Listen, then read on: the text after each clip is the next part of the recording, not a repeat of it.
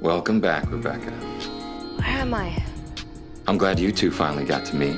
Now you know what you're dealing with. Is this my old room? Oh, it's mine now. Just like this town is mine, Davina's mine, and Elijah's mine. What was once yours, what was once your brother's, it's now mine.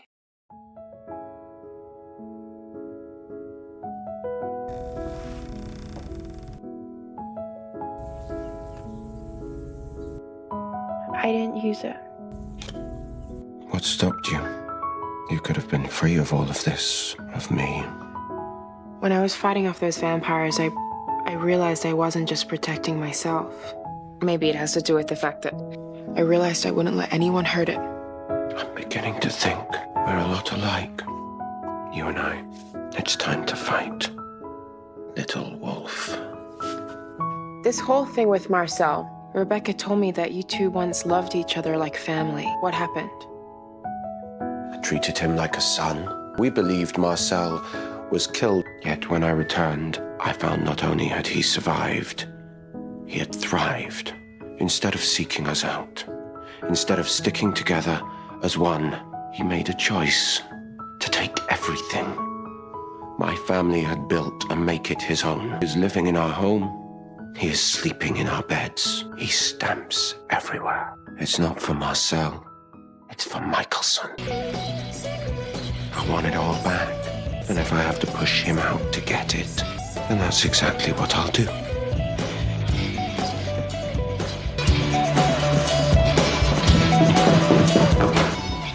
You're right.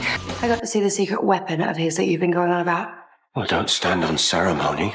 What is it? It's not a what. A girl, Davina. She can't be more than 16, and I've never felt power like that. A witch. She's not just any witch. She's something I've never seen before. Something beyond powerful. And now, because of you, she has Elijah. Who knows what she could do to him? Where is she? That clever bitch. I don't know. What's wrong? She wiped my memory of the location. Marcel possesses a weapon bigger and more powerful than an original, and you handed our brother to him! I did what I had to do! Marcel took our home! And our home is worthless without family. I am finding Elijah, whatever it takes. Are you going to help me? Whatever it takes. Imagine New Orleans, 1821. Klaus Mikaelson stands in the center of Jackson Square, a man kneeling before him, bloodied, begging for mercy. The man had dared to cross Marcel, Klaus's protege, and now Klaus holds a dagger to his throat. "You think betrayal goes unpunished?" he sneers, his voice cold as the Viking winters of his childhood. In the next breath, the dagger plunges. Now, rewind a millennium. A young Klaus kneels in the snow of his family's village, bloodied, begging Mikael to stop. "You think weakness goes unpunished?" Mikael growls, whip in hand. The parallel isn't a coincidence. It's a cycle. You think Klaus's cruelty was born from evil? Think again. It was born from a father who taught him that pain is the only language the world understands. And that lesson, once learned, is impossible to unlearn. Klaus didn't just act like Mikael, he mirrored him. Mikael used violence to discipline. Klaus into submission. Klaus used violence to keep his enemies and allies in line. When Mikael wanted to erase Klaus's werewolf side, he called it fixing him. When Klaus wanted to control Marcel's power, he called it protecting him. The language changed, but the method stayed the same. In the original Season 1, Marcel admits, he taught me everything. How to fight, how to rule, how to hurt people. I used to think it was love. Now I know it was just his way of making sure no one left him. That's the cycle of abuse. The victim becomes the abuser, not because they want to, but because it's the only model of power they've ever known. Klaus didn't choose cruelty, he learned it. He learned it from a father who beat him for being soft, who killed his first love, Tatia, to punish him, who spent centuries chasing him to erase him. When Klaus says, "I do what I must to survive," he's not just talking about himself, he's talking about the boy who had to become a monster to outrun the one his father made. And then there's control. the invisible thread that ties Mikael's tyranny to Klaus's reign. Mikael's need to control Klaus was obsessive. He controlled his magic, his werewolf blood, even his right to love.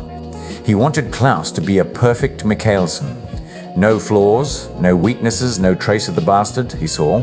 So Klaus grew up believing control was survival. In New Orleans, he controlled the witches, the vampires, even his own family. He locked Rebekah in a coffin for decades because she dared to leave him. He manipulated Elijah into staying by his side, even when Elijah begged for freedom. He tried to shape hope into a strong hybrid, fearing she'd end up like him. Vulnerable, hurt, abandoned. When Elijah confronts him in season 3, he says, "You cling to control like it's a lifeline, but it's not. It's a cage. One Mikael built for you, and now you're building it for everyone else." Elijah is right. Klaus's control wasn't about power. It was about fear. Fear that if he let go, if he stopped being in charge, he'd end up back in that snow, begging for mercy. Fear that the world would hurt him again, just like his father did. But the cruelest part of this legacy? The way it poisoned Klaus's ability to love. Mikael taught him that intimacy is a weapon. So Klaus pushed everyone away before they could push him. He loved Rebekah, but he locked her up. He loved Elijah, but he manipulated him. He loved Cami, but he told her, "Stay away from me, I'll only hurt you." He loved Hope more than anything, but he tried to hide her from the world, convinced he'd ruin her. It's the ultimate push-pull. He craves connection, but he's terrified of it. In the original series finale, he tells Hope, "I spent my whole life running from the man my father made me. I thought, if I was strong enough, I could protect you from him. But I was wrong. I was protecting you from me." That's the heart of his trauma. He didn't just fear abandonment. He feared that if anyone got close enough, they'd see the boy who still flinches from a raised hand. The boy who still hears Mikael's voice in his head. The boy who thinks he's unlovable.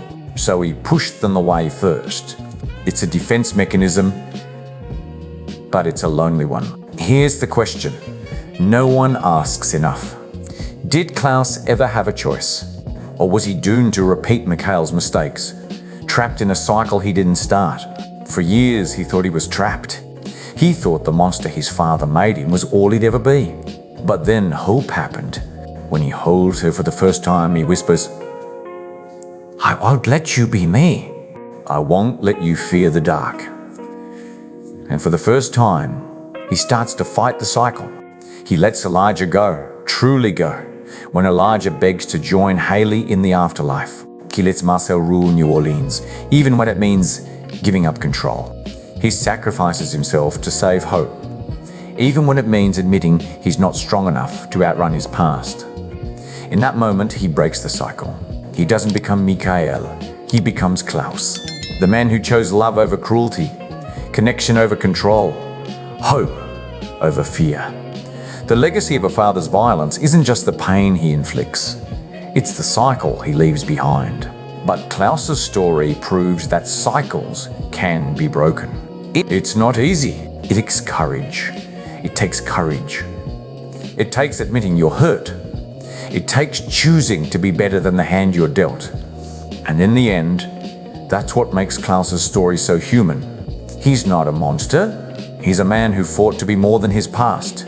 A man who finally learned that the greatest power isn't control. It's love. So the next time you watch Klaus Mikaelson, ask yourself, what would you do if the only love you'd ever known was cruelty? Would you break the cycle or become it? Klaus chose to break it, and in that choice, he became more than his father's legacy. He became a hero,